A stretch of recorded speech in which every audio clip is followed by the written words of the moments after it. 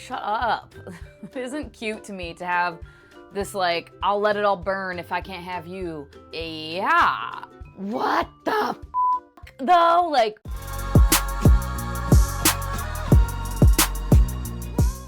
well, hello. Welcome back to my channel. Just Shauna here to talk about a friggin' book and also kind of a book series. This is a book that I read a hot minute ago, actually. Let's see, when did I read this? June 28th is when I finished this, so it's been about 2 months, and I wanted to wait to do this dedicated review until closer to when the book comes out, because I'm the worst at that, and I'll post a fucking review 5 months early, or sometimes like a year early, like a dumbass. So yeah, this is the third final book in the Ending Fire series by Saara El-Arifi, and this book is actually titled The Ending Fire, and it is due to be published on September 10th. So this overall series is definitely one of my favorite adult fantasy series. I've talked about it quite a bit on my channel, so if you watch me regularly, you know what it's about already, but the general idea with this series, the first book being The Final Strife, here and here, and in that we're introduced to 3 main characters. In the first book, one of them is a main character, but like we don't see her quite as much, and that is Hassa, who is a trans woman in this world, and then also Scylla, who's friends with Hassa. They are both like lower born. This is a caste system society, and it's very African inspired. The world itself, the cultural things and whatnot, their clothing, etc. And then also Anur. And Anur is noble born. Her mother is a warden of this kingdom. There are a few wardens who run the show, and they keep the other people down. And it's a caste system based on blood color. There are people who have red blood, there are people who have blue blood, and then people with clear blood. Those with clear blood on the bottom, that's Hassa. She's our representative for their group. And they are just absolutely treated like garbage. They are slaves pretty much at birth. It's like when they're a couple months old. They get their tongues cut out and their hands cut off.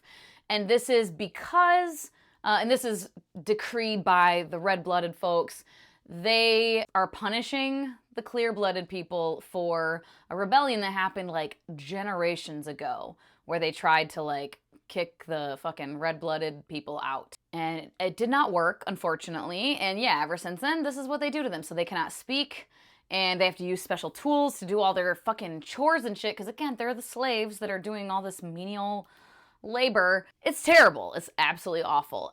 They have created a language, though, like a sign language, but using their limbs only. Hardly anybody, though, who isn't clear-blooded bothers to learn it. So they cannot communicate with anyone outside of their own community for the most part. Except Scylla, she is blue-blooded. She's in that caste group, and they are lower class, peasants, commoners, etc. And they live in poverty as well. And then, yeah, Anur is red-blooded again, and so she's in the nobility. And in this world, people can do basically like blood magic. They use their blood, oh, if you're red-blooded. If you're red-blooded, you can use your blood to write runes that make objects move, essentially. So that is how they kind of have established that they're the superior group of people, and that's why they should rule, and because no one else can do it, and there you go. Things ensue from there. So getting into this final book, my hopes and dreams, like my expectation, the bar was probably like, I was trying to temper my expectations because this is a debut series by this author, and so we don't know how she tends to, you know, kind of stick the landing or not.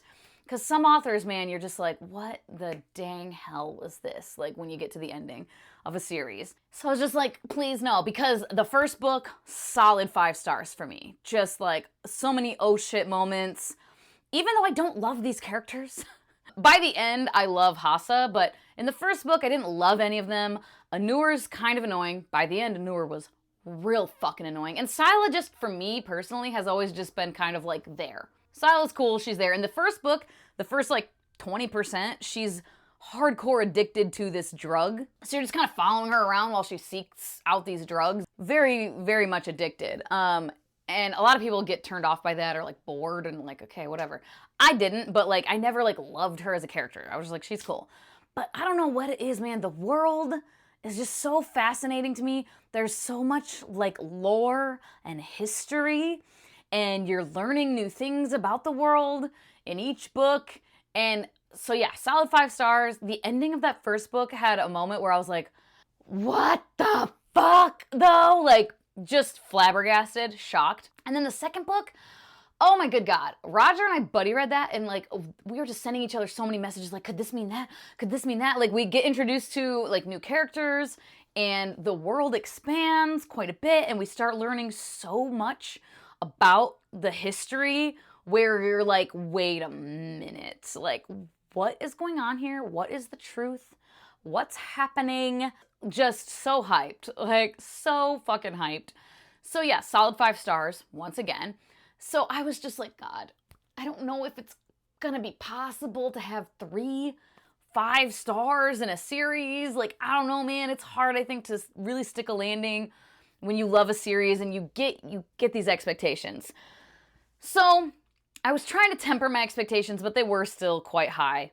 I ended up feeling like the TLDR here is I felt like this was still a really solid ending to the series, but not quite as solid as I wanted it to be. It was a very interesting execution of the way religious zealots and cult leaders can manipulate people, but it was a less interesting and like well done execution of an individual person getting kind of sucked into this like religious zealotry and cult situation.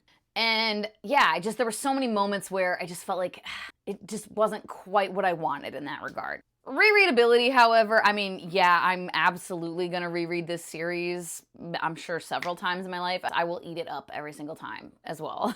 I ended up giving this third book 4.25 stars. So again, not 5, not like a out of the park, solid, no questions asked 5 stars, but still really, really good, still really enjoyable. So yeah, and still for me especially, quite a high rating.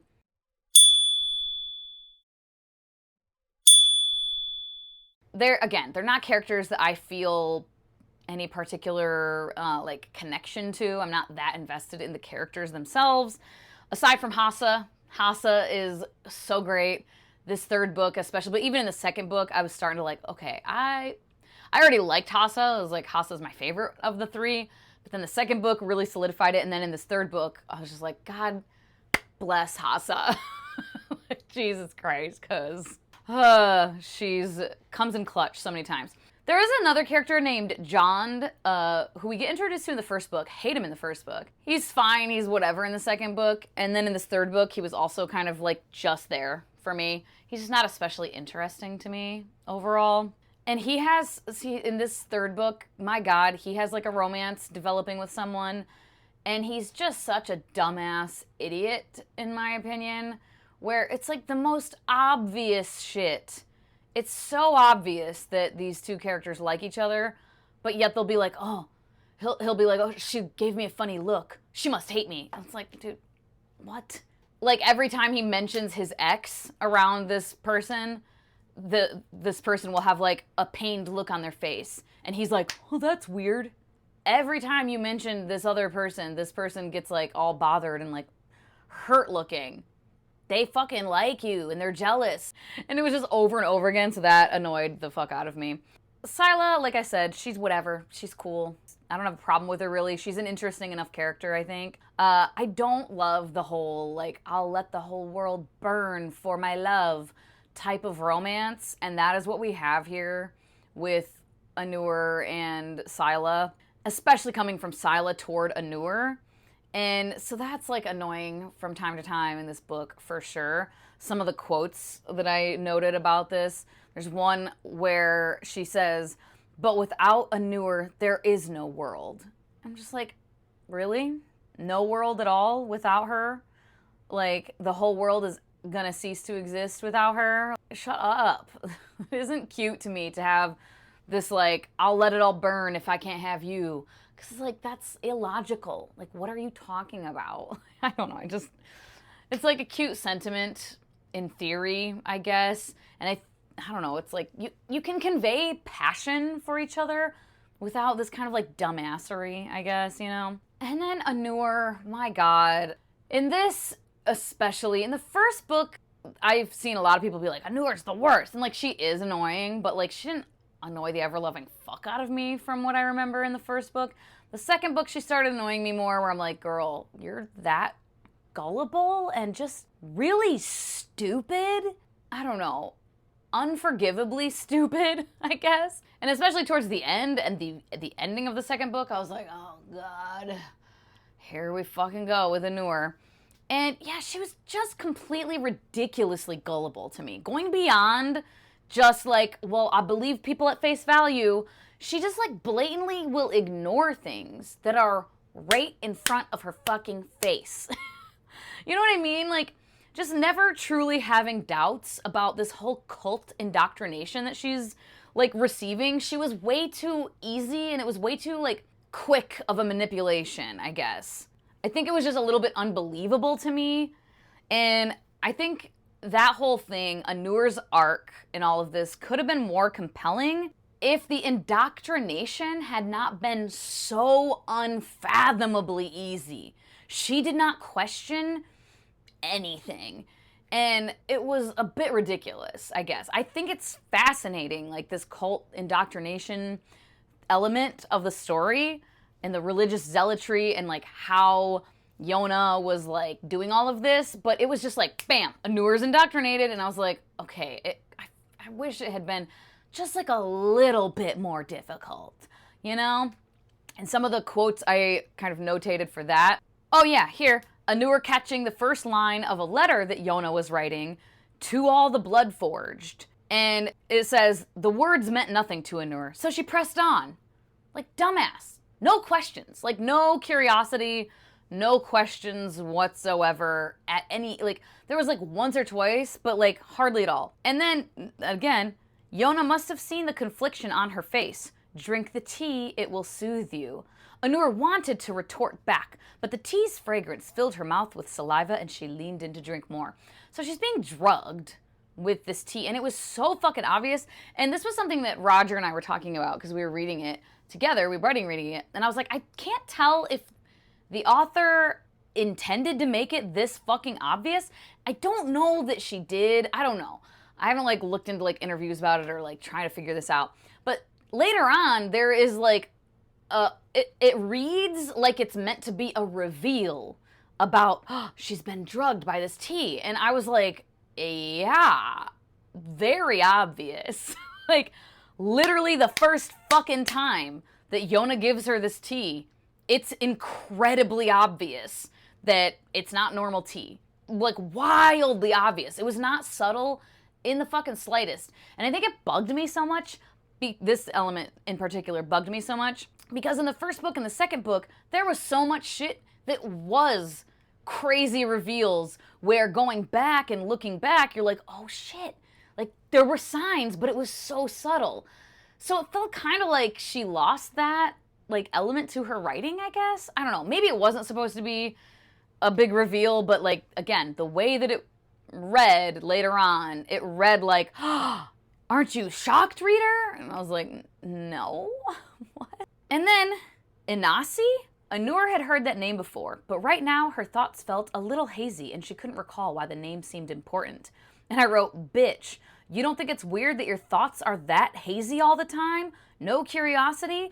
And this also bugged me a lot with the tea, because she has witnessed someone in the throes of a hoba seed addiction, which is what it was. And she saw Sila go through that. She helped Sila out of it. She was there firsthand witnessing someone, like, in this addiction. So it just drove me nuts that she wasn't at all like, this tea tastes really different and it keeps getting shoved at me. And every time I drink it, I get a little, like, confused and hazy. I should probably like think about this a little bit. And I get that at a certain point she was just addicted already, and so like that, you know, even if she had had that thought, she wouldn't have been able to. But I just think it's like, again, I felt like it was a little bit unbelievable that like the first or second time she was given this tea, even the first time she was given this tea and felt like, ooh, that she wasn't at all like, wait a minute, what's in this fucking tea again? Like, it just felt so like it just was annoying. It was super annoying. So the plot for this one, I think aside from how Anur's indoctrination was handled, because again, I liked the indoctrination concept, and I liked how, like, from Yona's perspective, like, the choices she was making to further along this religious zealotry and take advantage of this religious zealotry and, like, use it to her advantage and manipulate people. That was fascinating and compelling.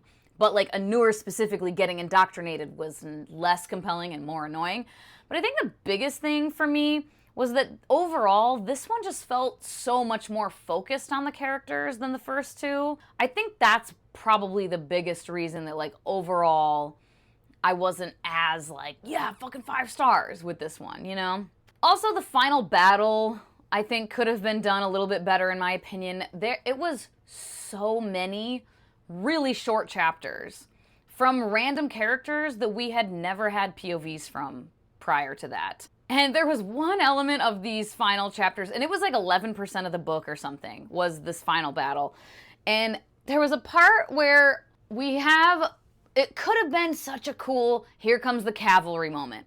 It was like, all hope seems to be lost, we're about to get overrun by the enemy, this and that and the other thing, and like, fucking backup shows up. But it was so watered down when the characters in the fight, like, realize backup is showing up, because the chapter before was us as the reader in the perspective of someone from the backup team being like, we're on our way. And then the next chapter was like, oh, we're about to get overrun. Oh, this sucks. Oh my God, they're here. And it was like, yeah, I already know that as the reader because I just got a chapter from them. I wish that chapter hadn't been there. And we had just, like, it had been like a truly shocking, like, oh fuck, I forgot about them. Oh my God, here they are. Like, I love a good here comes the cavalry moment, and it was set up to be a perfect here comes the cavalry moment that was just completely ruined by giving us that chapter right before. I just did not love that. I don't understand that choice at all, and why anyone would have thought that, like, that's the best way to do that. I don't know. I also just think the stakes could have been a little bit higher in the end. I don't know, just the ending, like, a lot of plot armor. You know, I guess there was just too much plot armor, I felt. And then the epilogue was a little bit confusing, honestly, and kind of unbelievable.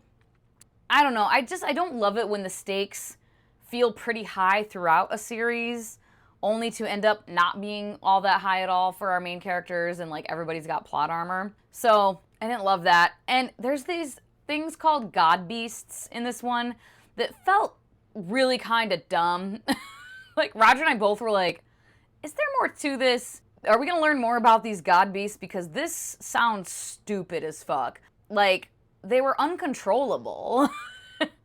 And it just kind of didn't make sense to use them in an army. I don't know. All that being said, in that final battle, I loved that Hassa got to technically strike the final blow against the Zalam and, like, play such a pivotal role in liberating her people. And overall, like I said, I did still enjoy the plot. There were many elements of it that I thought were done very well. There were just, like, some things that just didn't hit the mark quite for me. And again, I probably had the bar, like, way too unrealistically high that no author was gonna be able to fucking meet because of how much I loved the first two. I still think that Saara El-Arifi stuck the landing here overall. Like, there's been times where I've read final books in a series and it kind of, like, fucking ruined the series. And there's been other times too where I've read books where I really, really liked the first one and, like, maybe the second one was okay, and then the third one was just like, all right, it just goes downhill. You know what I mean? So I'm so happy that that did not happen here. I was so like, please Please no, please no. Please don't let it be like a middle of the road or DNF or something like, So I'm very, very pleased that I still gave this 4.25 stars. Stuck the landing, and definitely recommend this series if you enjoy adult fantasy, and especially if you enjoy plot-driven stuff in the first two books. A really cool world with awesome history and lore that you can really fucking sink your teeth into. Characters that aren't necessarily super likable, but if you're like me and you're not like the super character-driven reader and you don't mind that, then I definitely recommend this series. I recommend this to anyone who likes adult fantasy. Check it out. You might love it, you might feel okay about it, you might hate it, but I think it's well worth a shot at least. And there we have it. That is all. As always, thank you so much for your time. Hope you all have a wonderful day, and I will talk to you later. Bye-bye.